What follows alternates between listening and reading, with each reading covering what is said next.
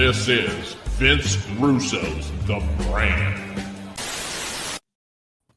Yo, what's up, everybody? Welcome back to Wrestling with Tragedy, case number 96. This week, we are covering off Mike Awesome. But before we get into it, let's just take a quick second to go around the room and let everybody know who we got in the house. As always, you've got the dad bod god himself, the bald, the beard, the fucking beautiful Piers Austin. And as always, I'm joined by the Colonel, the suntan Superman, Kingpin, Angel, motherfucking Medina, and also joined by the two-man power trip himself, the third man in the tragedy, Mr. John Paz. Gentlemen, welcome back to another week. Hello. Yeah, absolutely. We're gonna definitely be talking about one of my, well, I can't say he was one of my good friends, but somebody I was really close to was Mike Awesome, one of the greatest wrestlers out there. I mean, he was, I can't even put words to his accomplishments in the professional wrestling industry. But again, I mean, the guy was awesome, no pun intended, and a guy who was a caring dude. I mean, very funny and very energetic, and he was a pleasure to be around in the locker room with. Yeah, he's definitely one of those guys, huge legend. Made a big name for himself in Japan, made a big name for himself in ECW, but not so much in WWF and WCW, which I'm sure we'll get into that big time. Oh, absolutely. But before we do, let's take that quick second to thank our amazing sponsors who make this show possible. Angel, why don't you tell everybody about our first sponsor? Definitely check out sleeves.com. It's a great website. It has all your sports accessory needs for any athlete out there that wants to step their game up on any type of field. They have the arm sleeves, headbands, they got mouth guards to make sure your teeth are right, that you won't get them knocked out.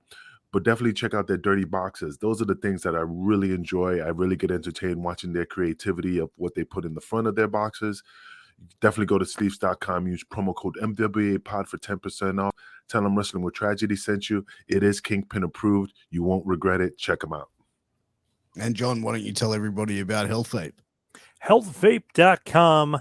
Get the restore, the vital, the energy, the boost, everything you need. Nicotine free. Use that promo code MWAPOD, and this is a great thing. Health Vape for all your vaping needs. So, guys, this week we're covering off Mike Awesome. So, Mike Awesome, as you said early, John, had a great career over in FMW and All Japan. Had a great career in ECW. Went to ECW. Went to WCW. Started off red hot. Then gimmick sort of started to change, and I think that really played a role. How he was booked.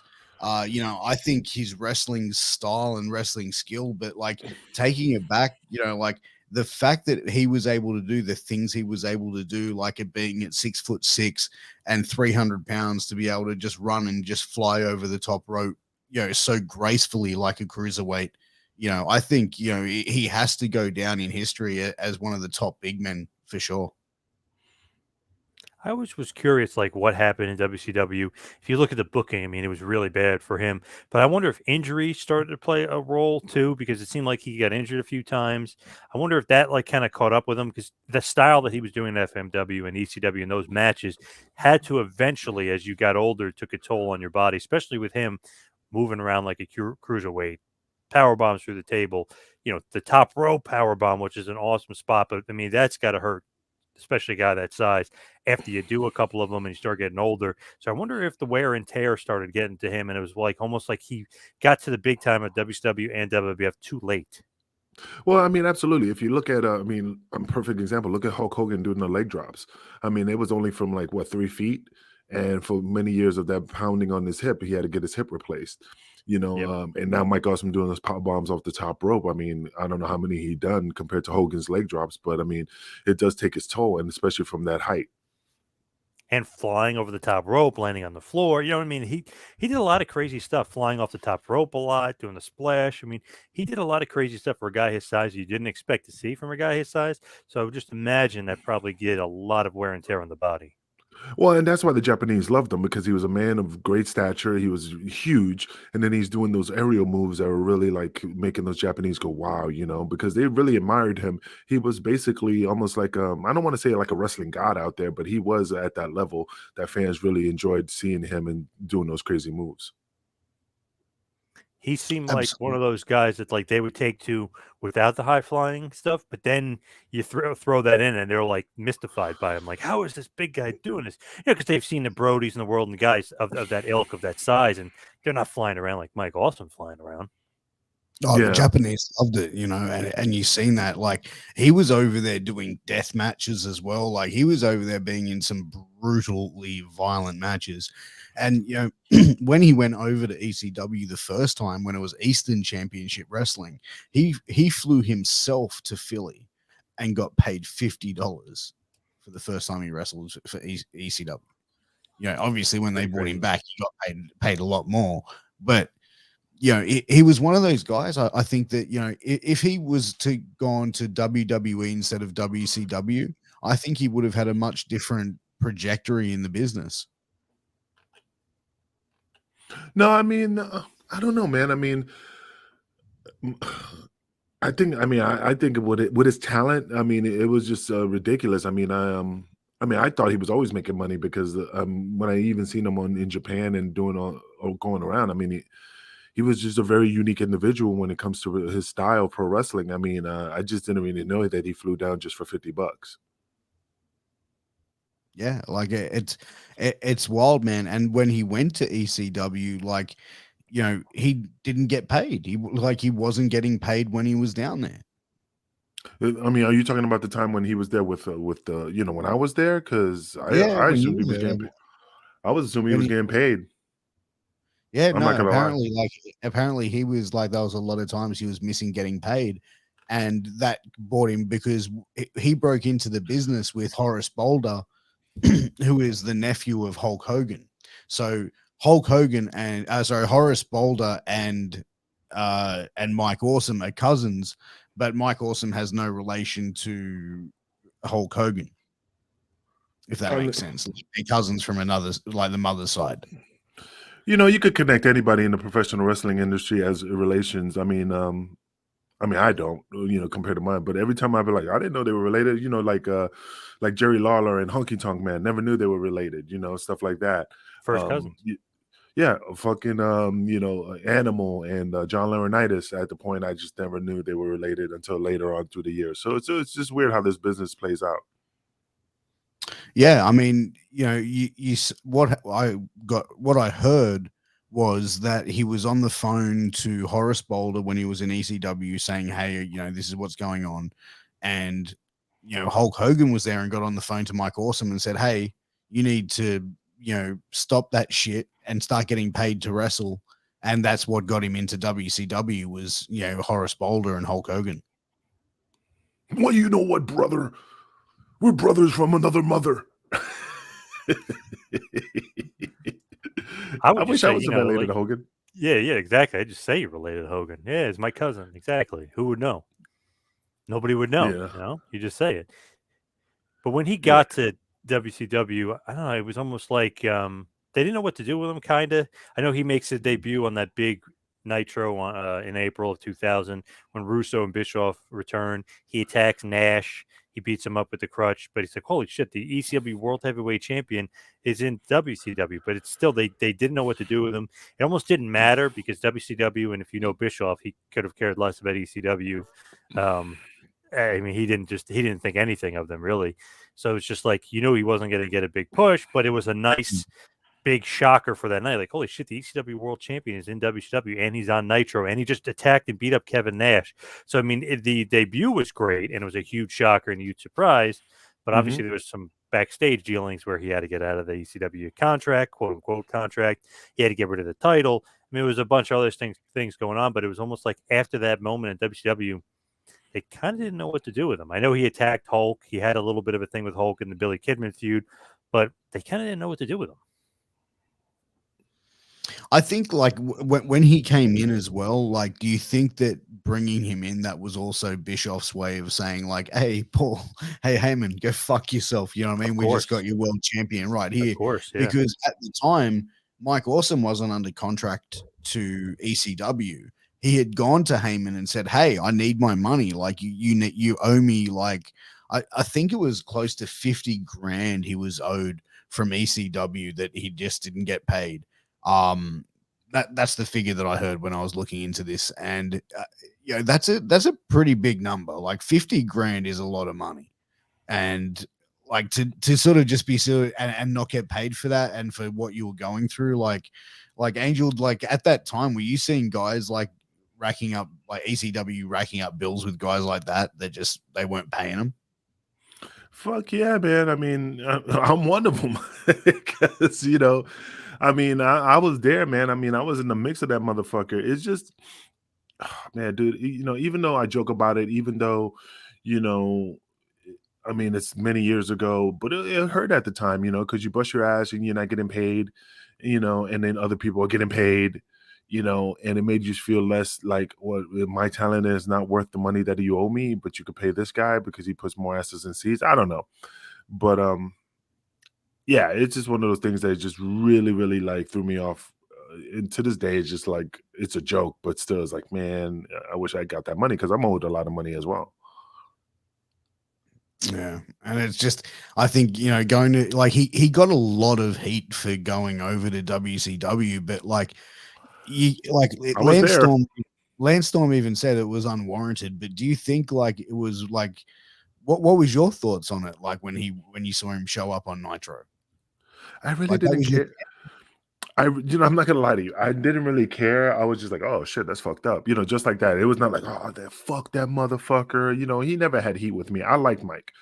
And I understand what he did, because again, we were not getting paid. He had to put food on the table. He had to make a decision. Maybe he should have talked to Paul about it. Maybe, say, hey, I'm out of here. I made a decision. I'm going to drop the belt. Whatever, for whatever reason. But for doing what he did, I think that was the part that really, like, he should have been manned up a little bit and done that. But he was afraid to come into the locker room because he thought the guys were going to do something to him. And he even had not JJ Dillon. Oh my God, head of security for WCW. What was his name, John? Doug Dillinger? Doug Dillinger. He was there. I remember he showed up with him. They had WCW security because he had to come through the crowd. And in the WCW security was pushing people aside. He climbed over the rail, did the thing with Taz, lost the title, and then he climbed over the rail, went back out the main door, and fucking into a car. He got changed at the hotel room. He never went in, went out.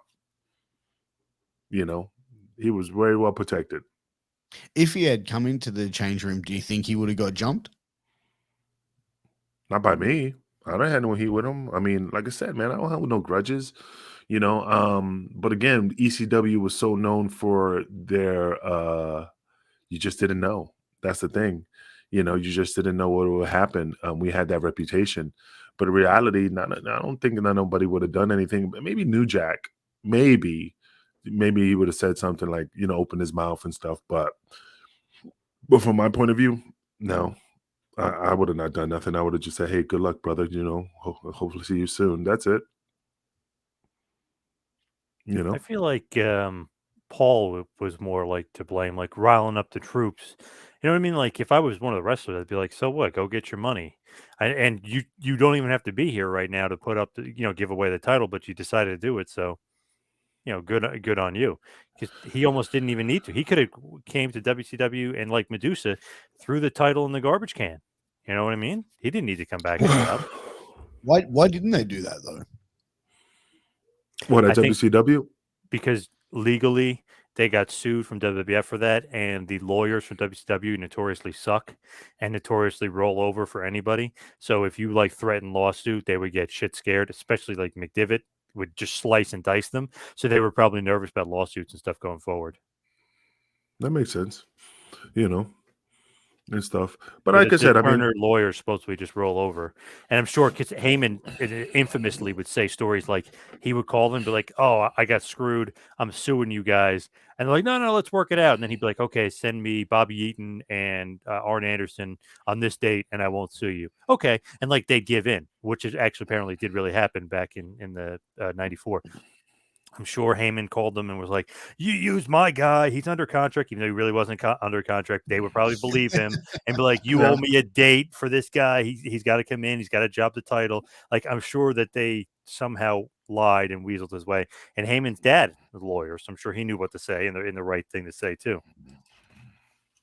That's wild though. Like it's like I feel like Mike Awesome, when he did go in there and he dropped the title, like he didn't have to go in there and drop the belt. He did the right Right. thing at the end of it, Right.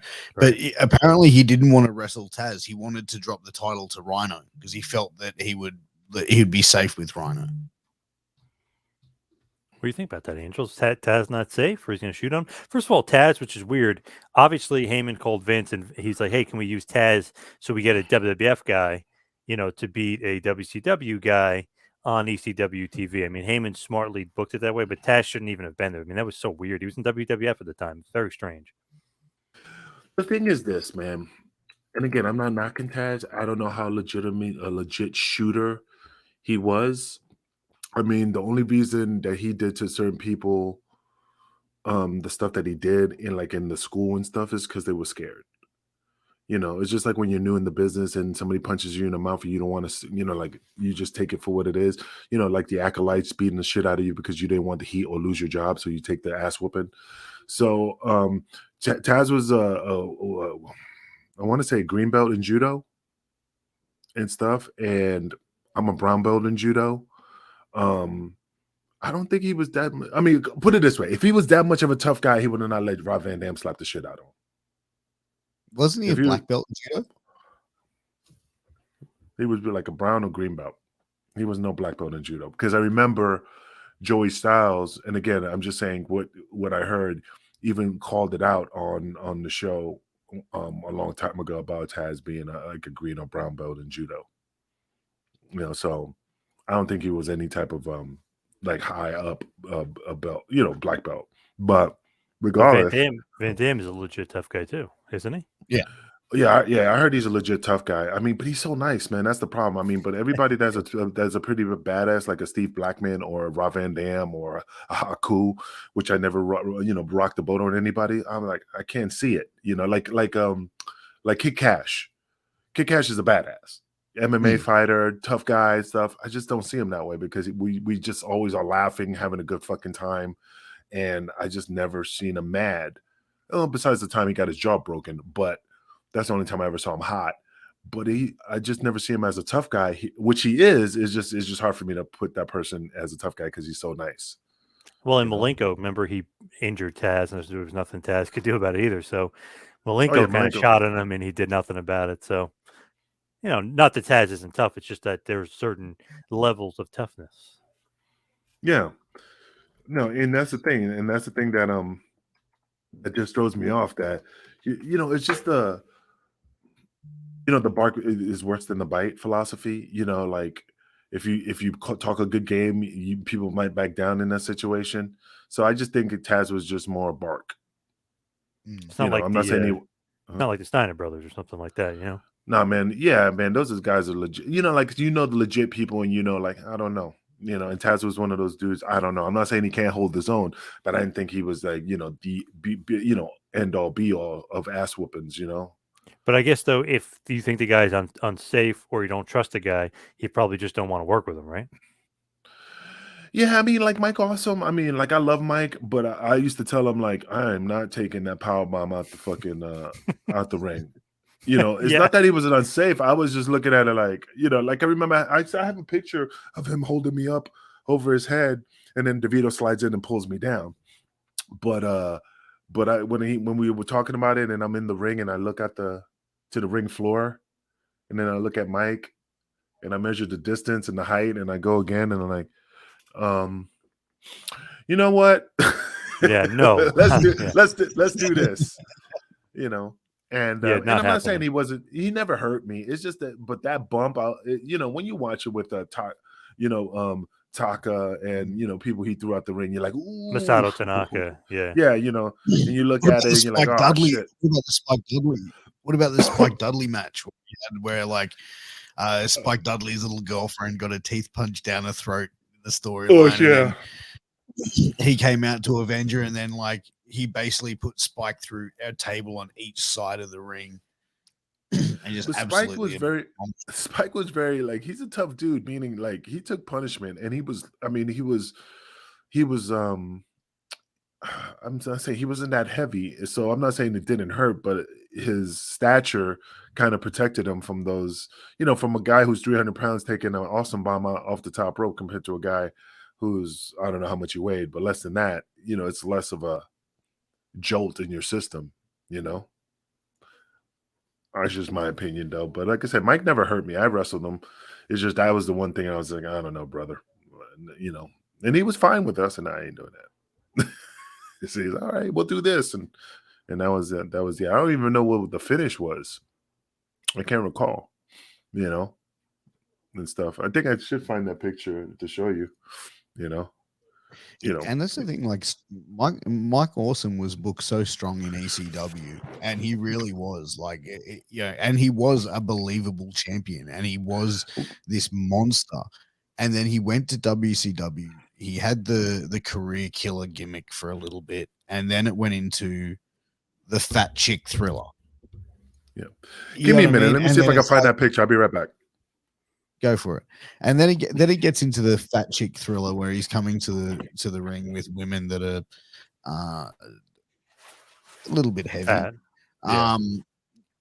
And well, hey man, I'm a little bit heavy too, so I'm not one to name call here. So, but I think that's kind of like, what the fuck, you know what I mean? Like and that like 70s gimmick too. I mean, that was awful. Remember, he was that 70s guy too. He dressed up in like. Oh yeah, that was horrible. One of the things I heard was like, because at the time he got those gimmicks, those were the times where I think Hogan walked away, and I think that whoever was booking at the time knew the connection with Hogan. Oh, really? Yep. Moving along. That what? He was trying to give him some character, I guess, but obviously wrong guy, wrong gimmick, wrong timing. And the funny thing was, like, they were saying, and the rumor around online, even when I interviewed Lance Storm, he said it, everyone kept saying Mike Awesome is in line for this big push. He's in line for this big push. Next thing you knew, the next week when he was supposed to get the big push, he'd be the fat chick thriller. Then the next time he'd be that 70s guy. It was like every time they said he was going to get this big push, he was either a rib, a joke, or the gimmick was terrible, and it was completely missing the boat on him. Yeah.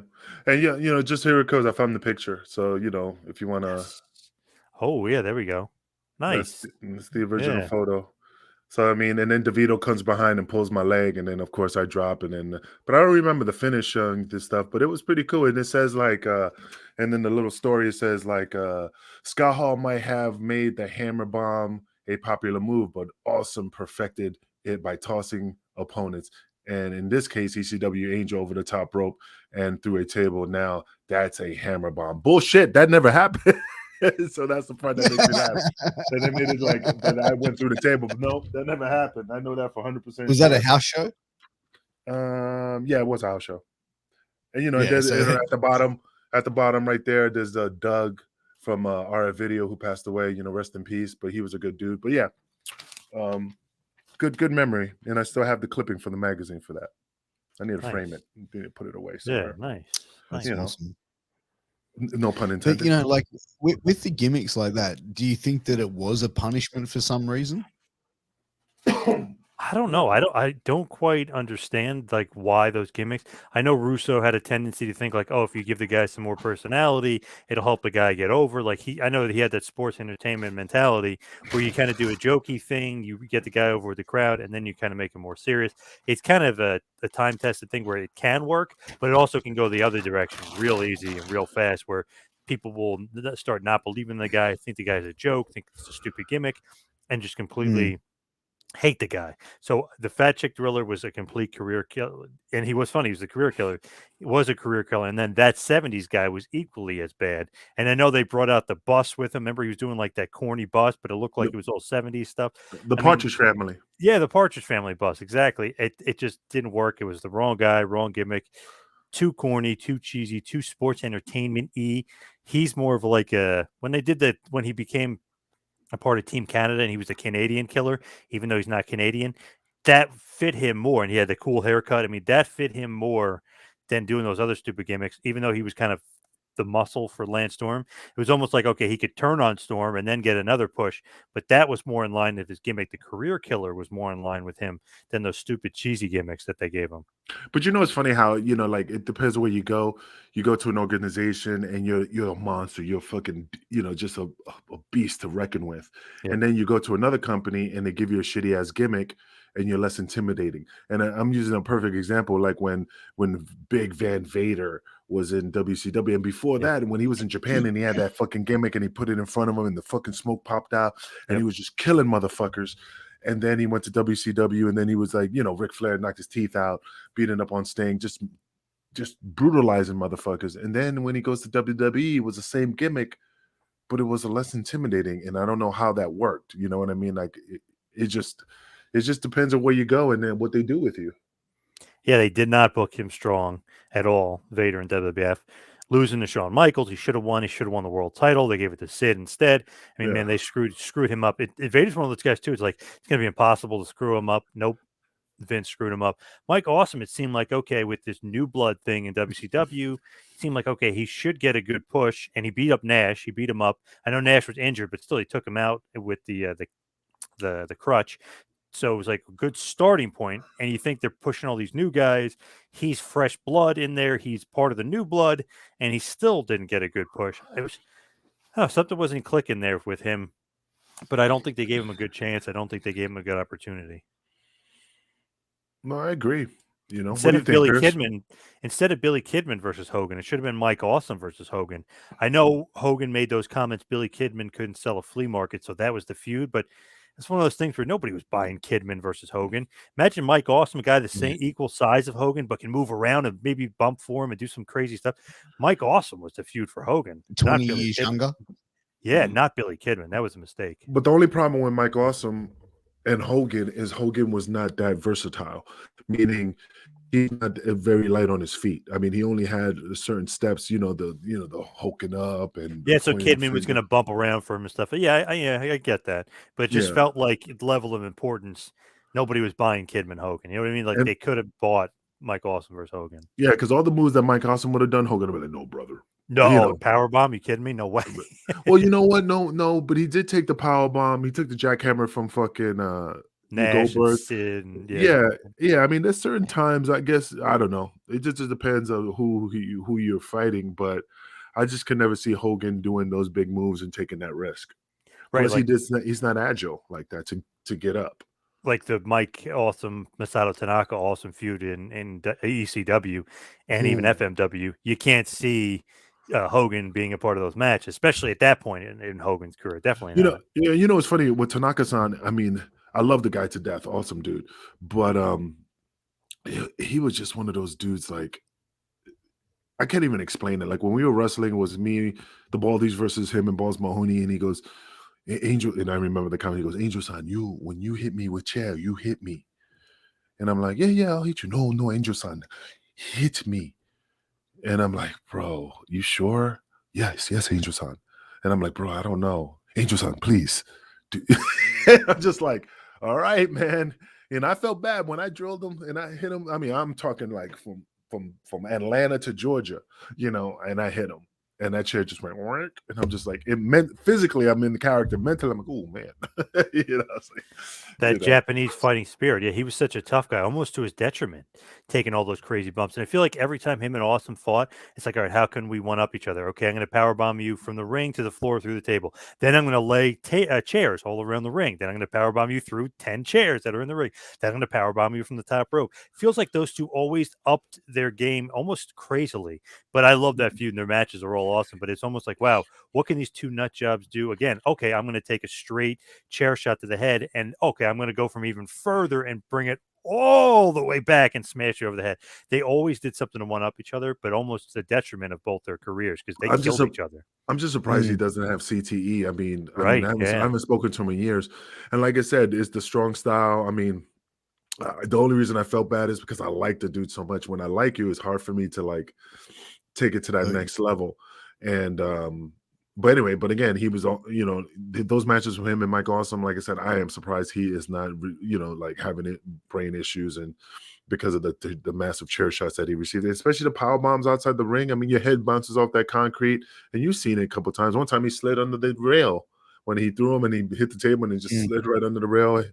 You know, he's a tough son of a bitch, man. I mean, but a great guy, very, very nice guy. You know, I love that guy to death.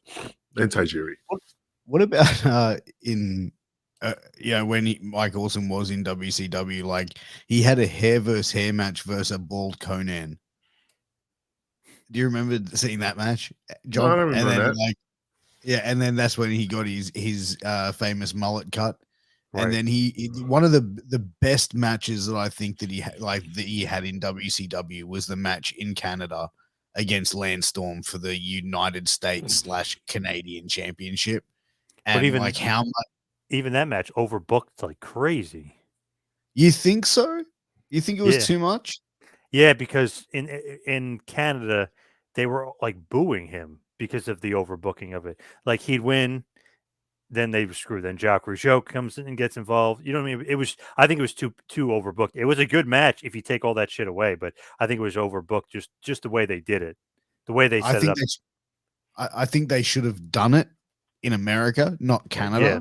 Yep. But enforce the Canadian rules, because like Storm was over like the biggest baby face going in there, right? So and Awesome was the biggest heel. So like you're fucking the heel over time and time again, where it's like that's the baby face thing, you know what I mean? Like, but in America, Storm is the heel and Awesome's the face. So if you do it in America, you're gonna get more sympathy for Awesome and you're gonna get more heat for Storm.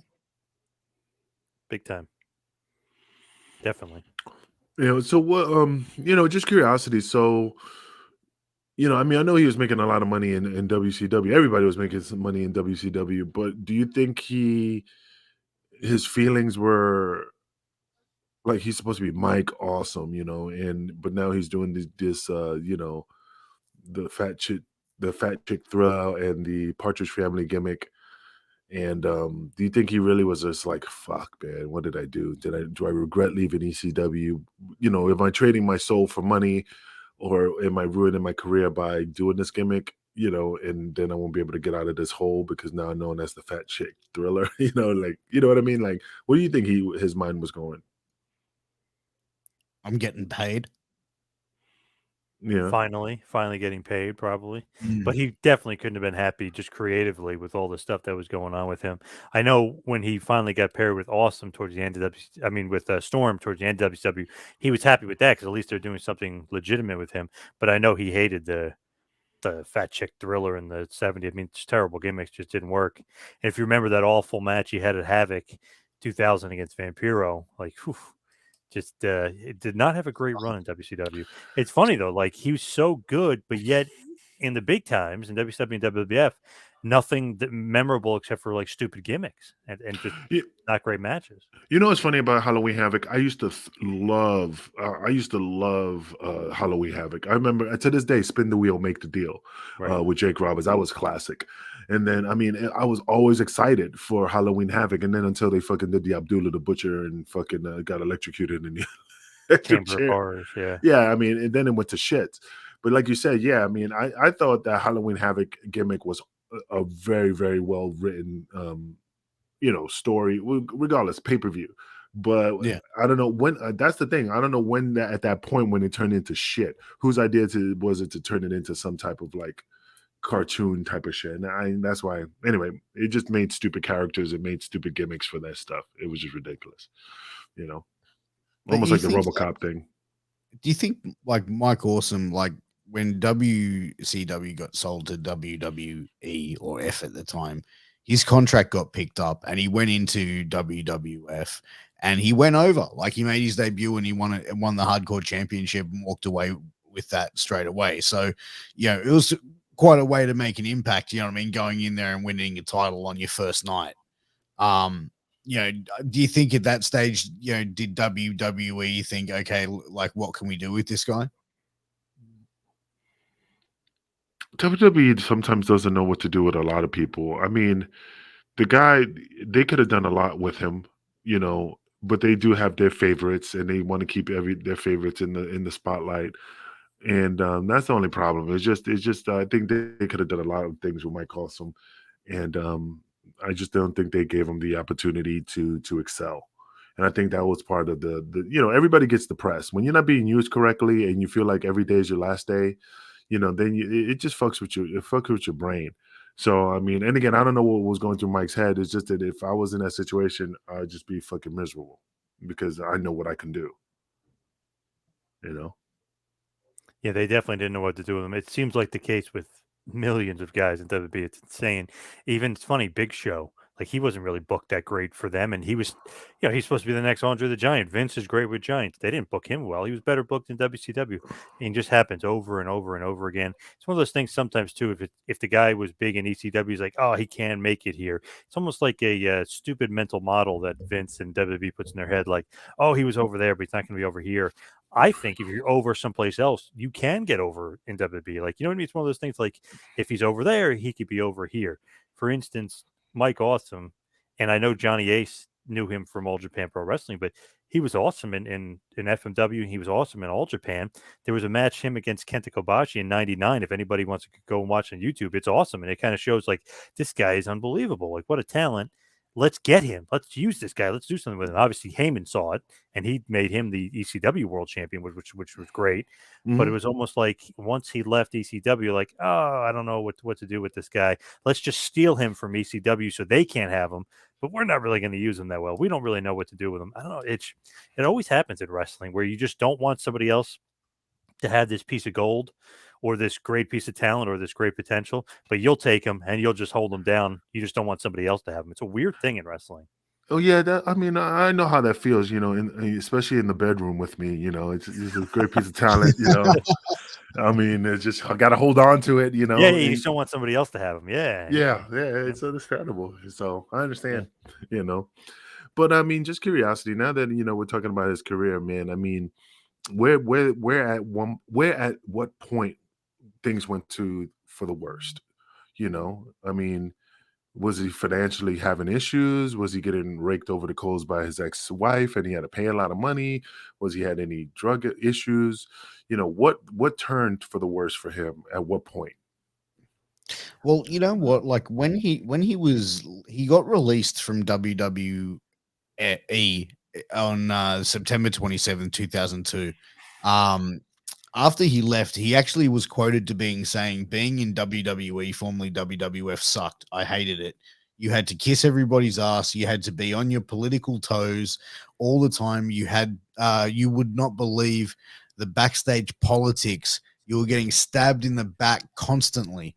I was so happy when I was told I was gone. John?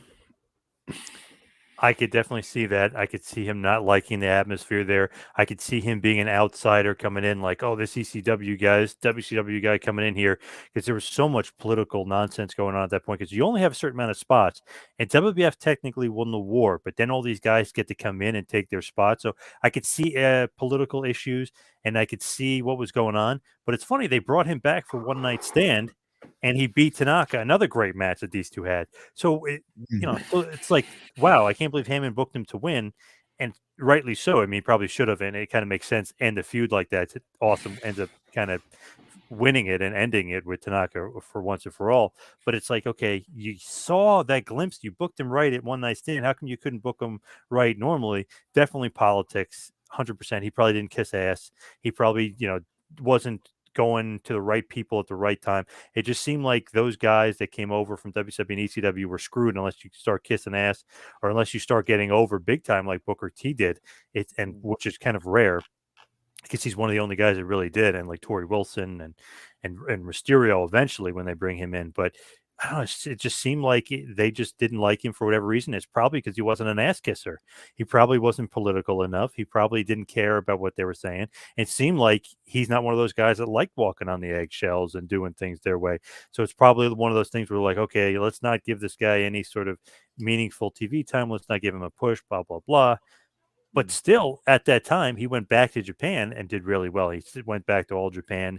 He did 0-1. He did Hustle, I think, for a few shows. He did Noah. He had a nice tour there. They're making him the Gladiator again. They were giving him a push.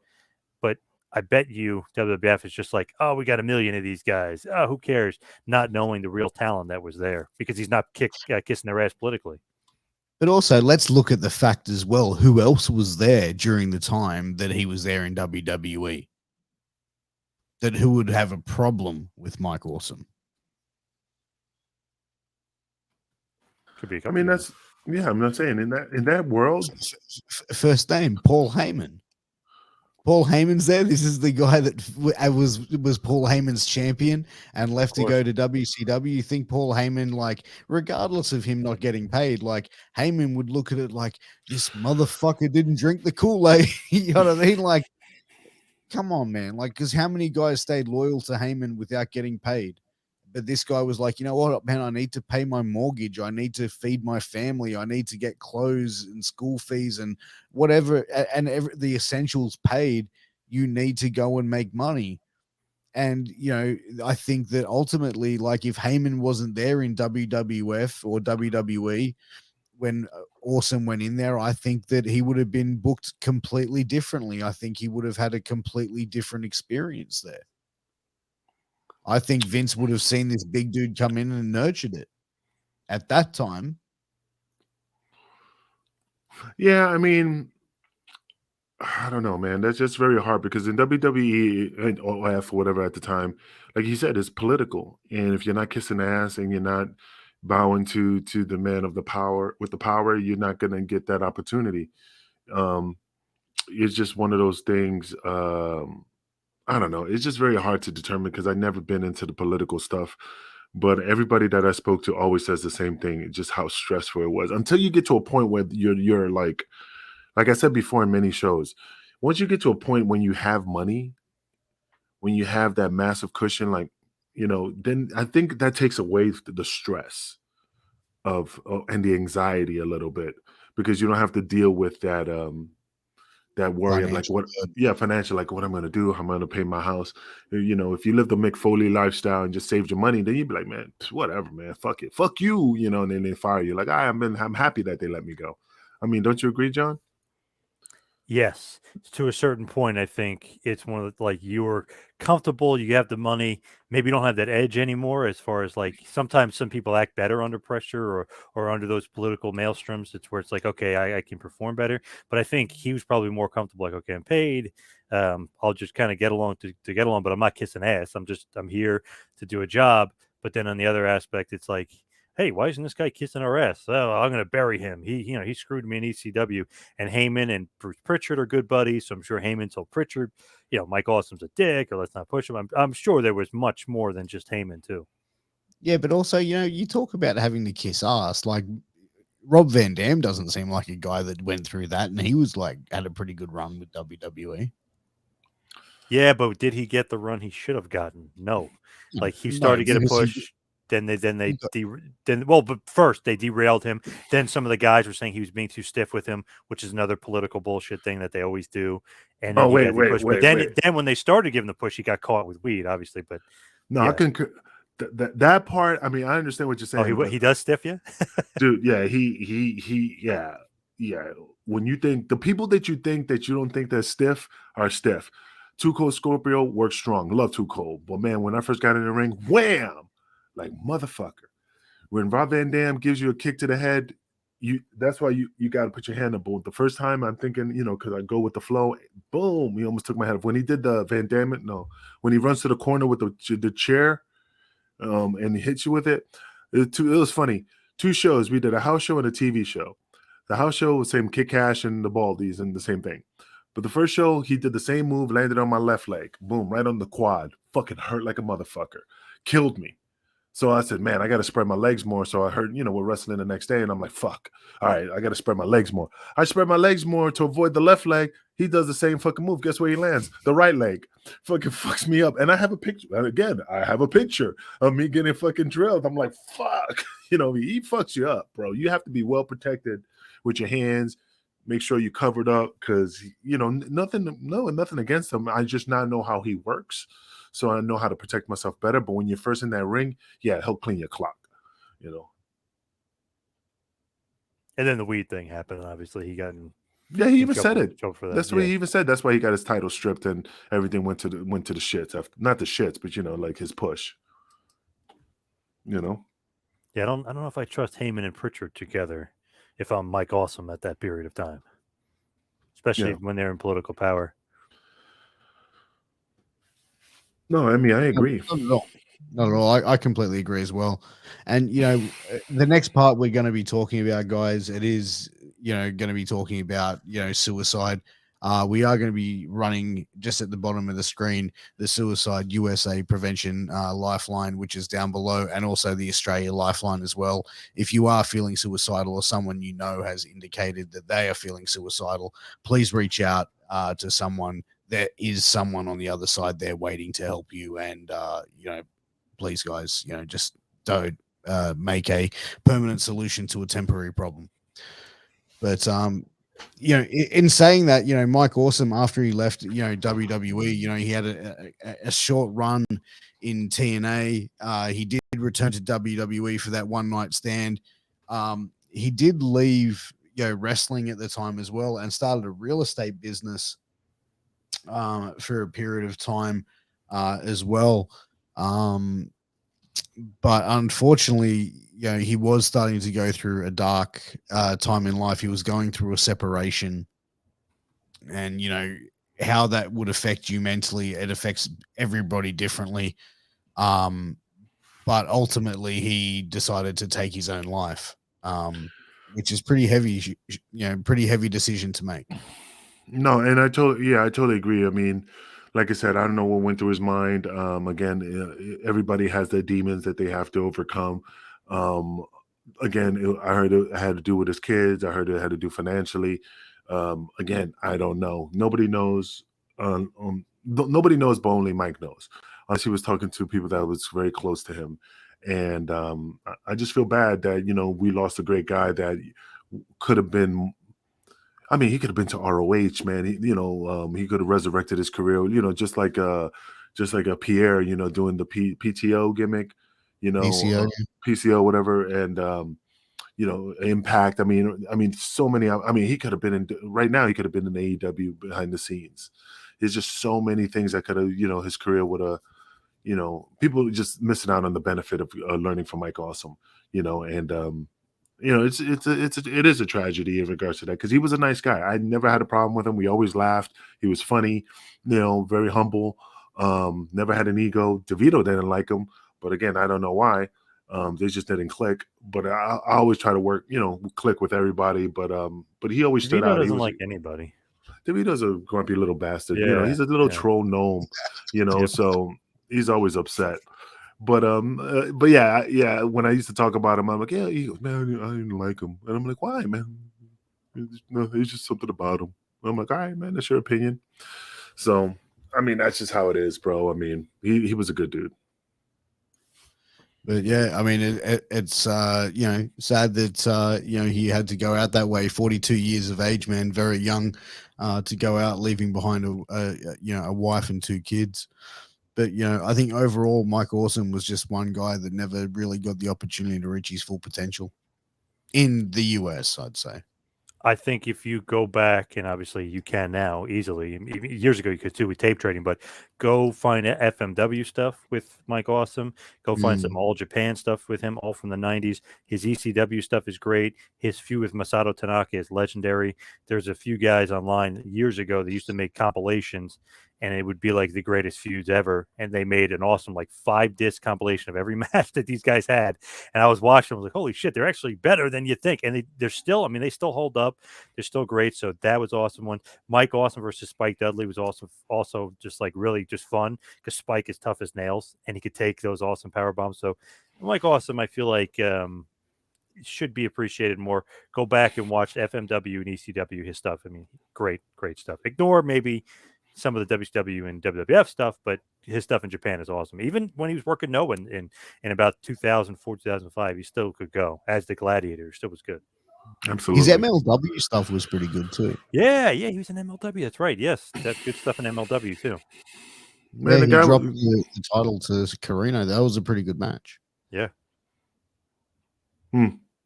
Old school MLW. Yes. Old school Carino.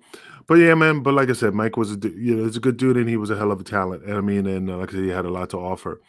But yeah, he's gonna be missed, man. Like I said, I always remember him. I always have those pictures of us in the ring, and like I said, he's always gonna be a brother. Regardless of what he did, in the ECW, leaving the ring, dropping the title the way he did. But again, I don't hold no grudges. I understood what he was doing it for, and I just wish that we were closer, as friends. But fortunately, we just, we were more acquaintances than actual good friends. But again, I feel bad that he's no longer with us. Absolutely. Well, guys, I think it's time that we start to wrap things up for the week. Absolutely.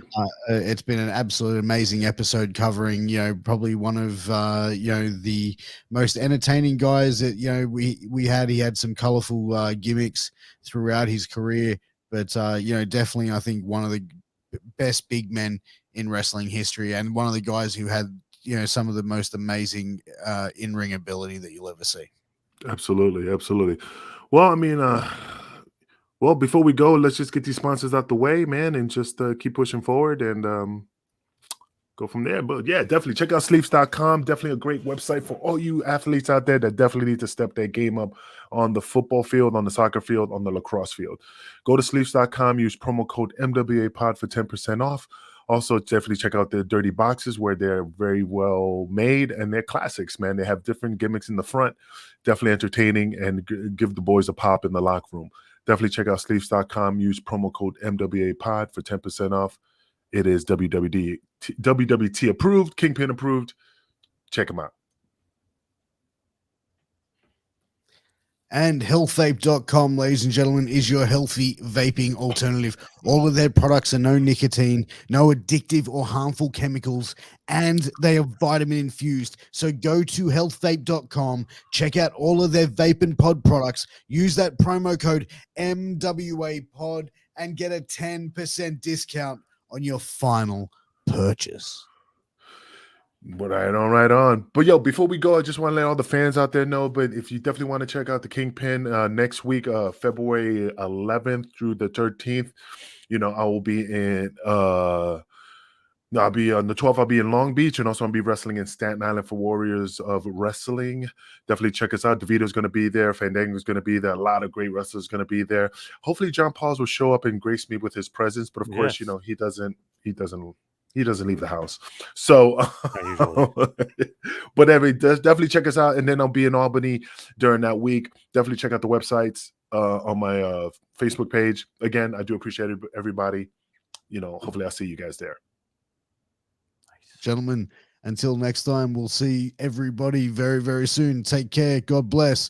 And peace out. Boom.